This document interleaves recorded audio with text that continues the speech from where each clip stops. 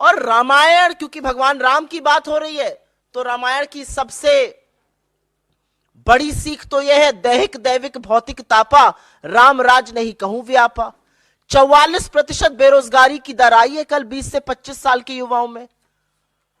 तो राम राज्य में तो उनको एम्प्लॉयमेंट मिलना चाहिए, उस पर चर्चा होनी चाहिए। उस चर्चा से बचे रहिए, इसलिए विभत्स राजनीतिकरण चीजों का करते रहिए। राम राज में तो नहीं है कि आदिवासी के सिर पर आप पेशाब करिए। राम ने तो शबरी के बेर खाए थे। तो असलियत यह है कि धार्मिक अनुष्ठानों का काम जो हमारे साधु संत समाज, हमारे शंकराचार्यों को करना चाहिए, वो अब भाजपा ने उसका बीड़ा उठा लिया है।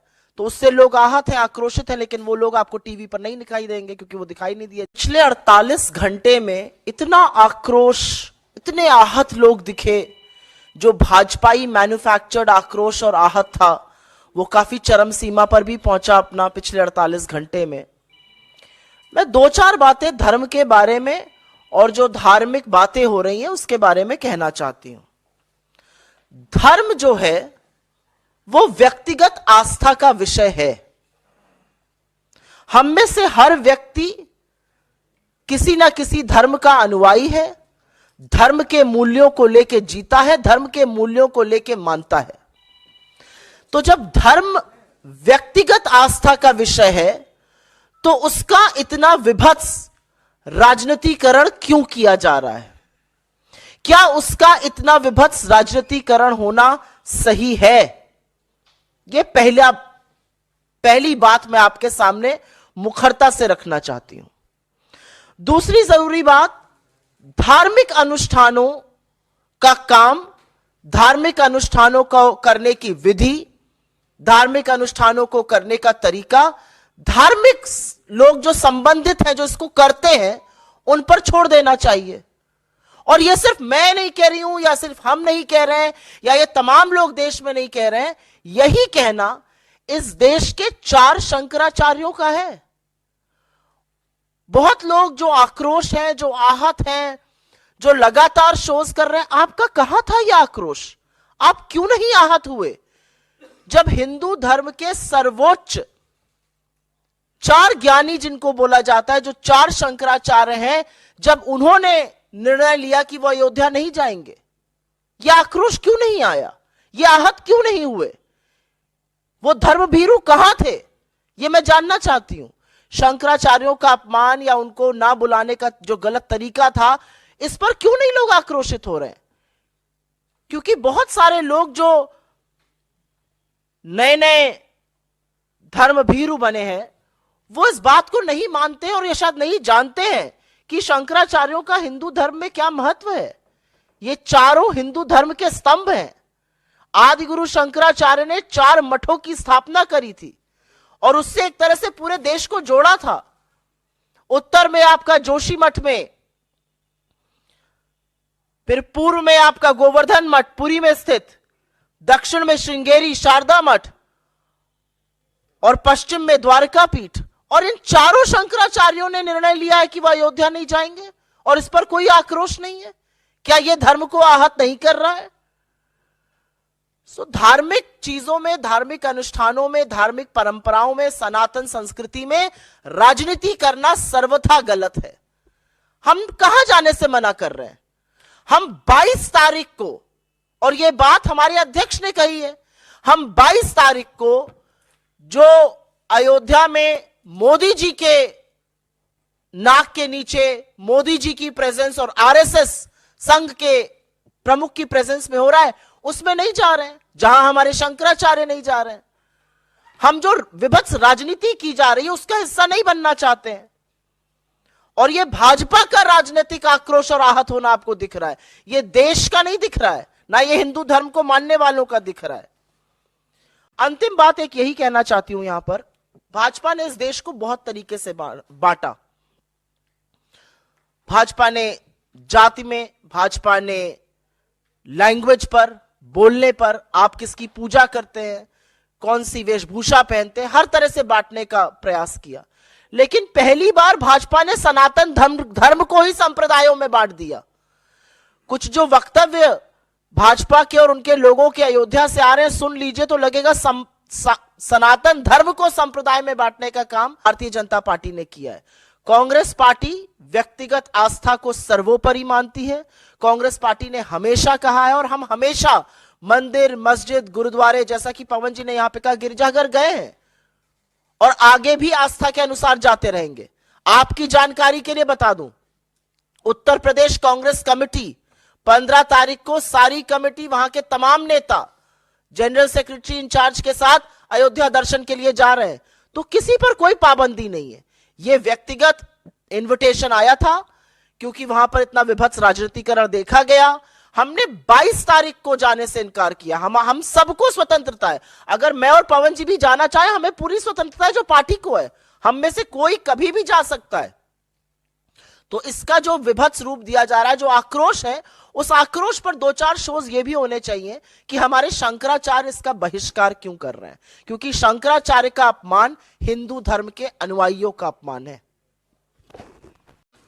पिछले 48 घंटों में जो आपने देखा, हम सब देख रहे हैं, मीडिया, सोशल मीडिया, तो लगा कि आपसे आज कुछ चर्चा करें और कुछ बुनियादी सवाल उठाएं। पहला सवाल यह है कि क्या भगवान के मंदिर में निमंत्रण से जाया जाता है? इंतजार की जाती है, साहब निमंत्रण दीजिए हम आएंगे। यह ऐसा सवाल है, और वो मंदिर हो, मस्जिद हो, गुरुद्वारा हो, गिरजाघर हो, क्या हम निमंत्रण की इंतजार करेंगे और निमंत्रण नहीं आए तो नहीं जाएंगे? और किस तारीख को किस श्रेणी का व्यक्ति मंदिर में जाएगा, यह कौन तय करेगा? राजनीतिक दल तय करेगा? ये कभी सुना है आपने कि एक राजनीतिक दल तय करेगा कि मैं अपने भगवान से मिलने कब जाऊं, और मैं जाऊं या ना जाऊं, सुप्रिया जी जाएं या ना जाएं? मंदिर में न किसी को बुलाया जाता है, कम से कम इंसान द्वारा तो नहीं बुलाया जाता, और न किसी को रोका जाता है। न इंसान किसी को मंदिर में बुला सकता है, न इंसान किसी को मंदिर जाने से रोक सकता है। लेकिन एक उल्टी गंगा बहाई जा रही है। मुझे यह बताइए, किसी मंदिर का प्राण प्रतिष्ठापन जब किया जाता है तो उसकी एक तौर तरीका होता है, विधि विधान होता है, धर्मशास्त्र होते हैं। क्या यह कार्यक्रम धार्मिक है? अगर यह कार्यक्रम धार्मिक है तो क्या विधि विधान से हो रहा है, धर्मशास्त्र से कुछ किया जा रहा है? अगर यह कार्यक्रम धार्मिक है तो शंकराचार्य, चारों पीठों के हमारे शंकराचार्य, क्या उनकी सलाह से, उनकी देखरेख से इस कार्यक्रम का स्वरूप तय किया जा रहा है? चारों शंकराचार्य, चारों पीठ स्पष्ट रूप से कह चुके हैं कि एक अधूरे मंदिर की प्राण प्रतिष्ठापन नहीं की जा सकती। अगर यह कार्यक्रम धार्मिक नहीं है तो यह कार्यक्रम राजनैतिक है। एक राजनीतिक दल, अभी यहां आने से 5 मिनट पहले एक प्रवक्ता उनका ट्वीट करता है, बीजेपी का पूरा फुल फॉर्म, जिसको जोड़ता है सीधा सीधा उस दिन 22 तारीख से। एक राजनीतिक कार्यक्रम में मेरे और मेरे भगवान के बीच में एक राजनीतिक दल के कार्यकर्ता बिचौलिए बनकर बैठ जाएं, मैं यह बर्दाश्त क्यों करूंगा? I do not need a middle man between me and my God. इससे ज्यादा बड़ा पाप नहीं हो सकता। भाई, आप पूरा एक संघ, पूरा एक संगठन अपने आप को मेरे धर्म का ठेकेदार बनाकर बैठा हो और विधि विधान में उनका विश्वास न हो, पूरी की पूरी इनकी आईटी सेल चारों पीठों के शंकराचार्यों के खिलाफ एक मुहिम छेड़कर बैठी है। इस पूरे प्रायोजन में, इस पूरे आयोजन में कहीं भी धर्म, नीति या आस्था नहीं दिखाई देती, सिर्फ और सिर्फ राजनीति दिखाई दे रही। यह मैं आपको बता दूं कि मंदिर में प्राण प्रतिष्ठा के लिए 22 जनवरी की तारीख का चुनाव, मैं ये जानना भी चाहते हैं, हम लोग सब जानना चाहते हैं, भारतीय जनता पार्टी ने कौन से पंचांग को देखकर किया। यह तारीख का चुनाव नहीं हुआ है, चुनाव देखकर तारीख चुनी गई। यह अंतर है, यह स्पष्ट है। एक आदमी के राजनीतिक तमाशे के लिए हम अपने भगवान और अपनी आस्था के साथ खिलवाड़ होते हुए कैसे देख सकते हैं?